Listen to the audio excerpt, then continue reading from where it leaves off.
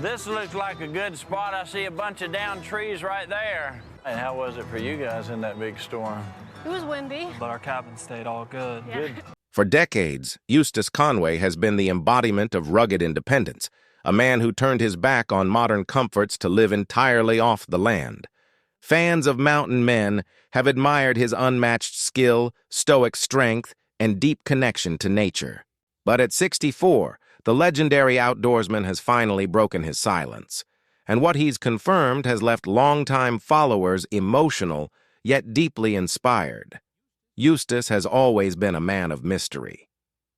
Living in the heart of North Carolina's Blue Ridge Mountains at his beloved Turtle Island Preserve, he spent his life teaching others how to live simply, survive honestly, and find peace in a world that's forgotten its roots. Over the years, rumors have swirled about why he chose this path.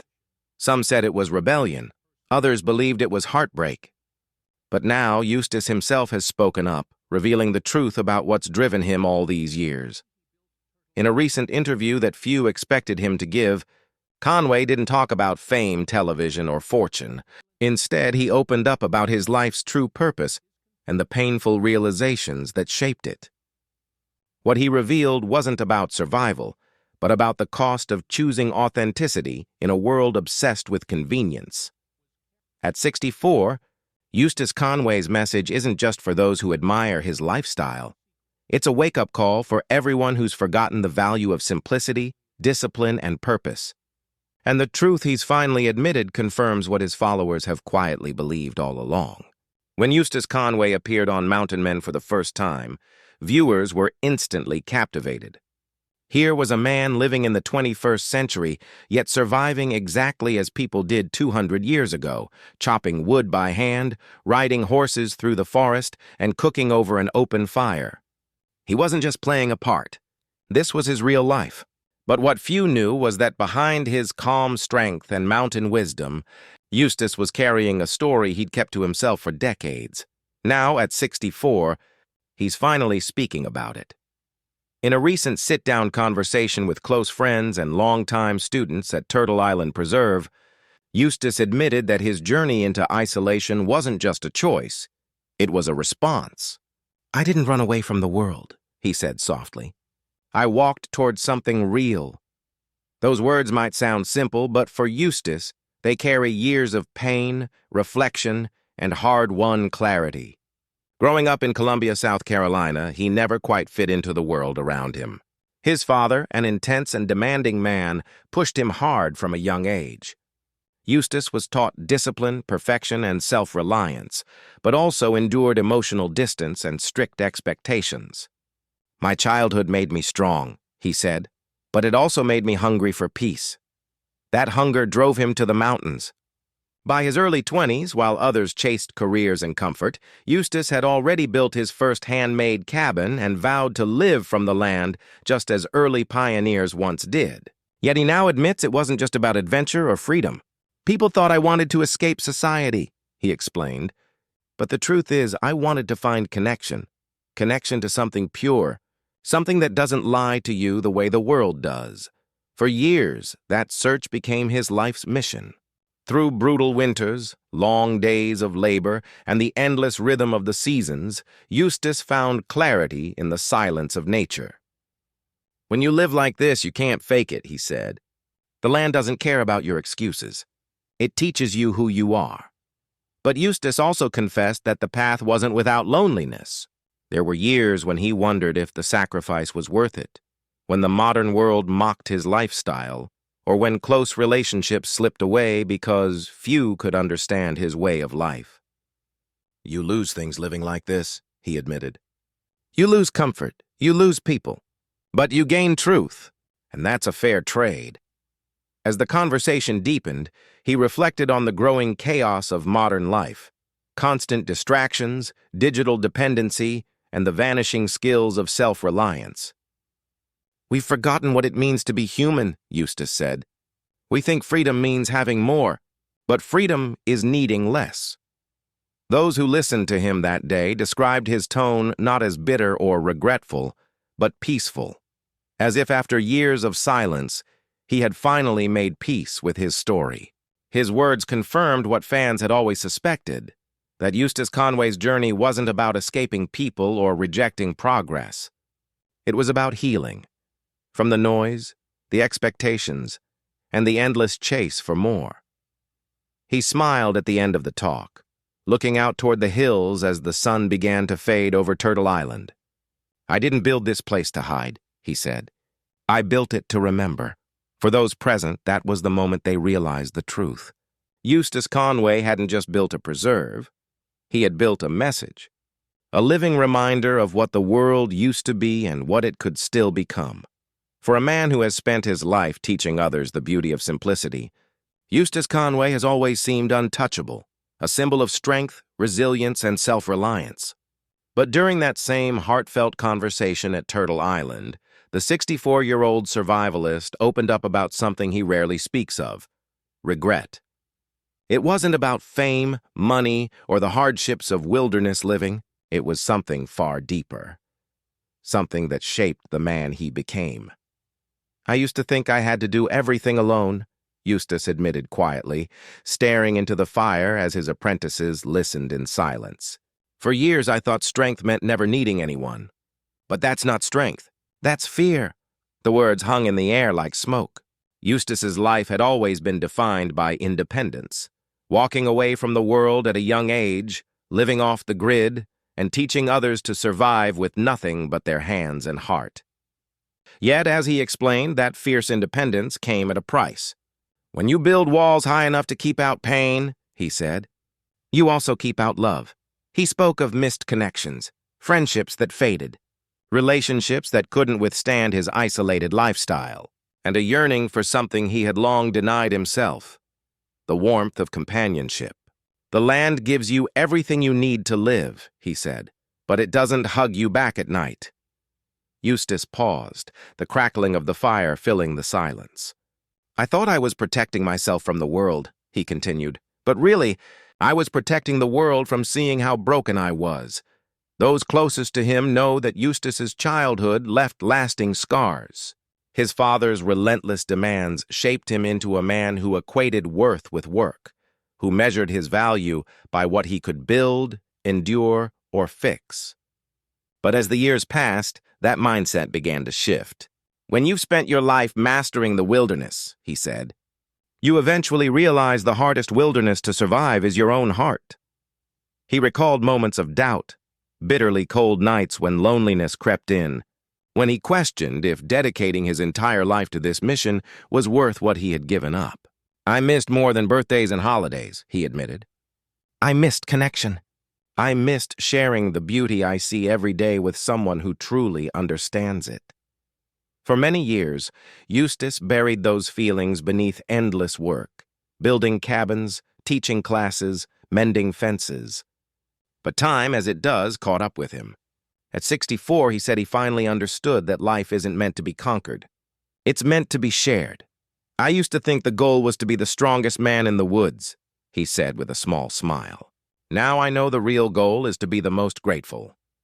The apprentices around him, many of whom had come to Turtle Island seeking direction in their own lives, were visibly moved. For them, Eustace had always been a teacher of survival. But in that moment, he became something even more powerful: a teacher of humility. He went on to say that his biggest regret wasn't walking away from society.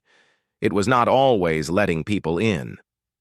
"I'd tell my younger self," he said softly, "that it's okay to lean on someone once in a while.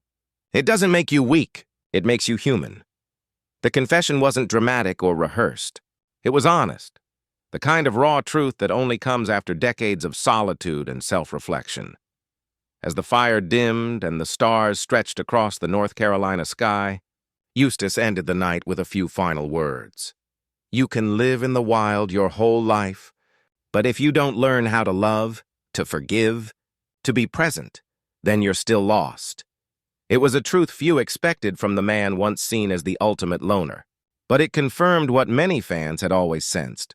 Beneath the stoic wilderness, Warrior was a man who had finally found peace, not through isolation, but through understanding himself. As autumn light fell softly over Turtle Island, the forest around Eustace Conway seemed to hum with quiet life.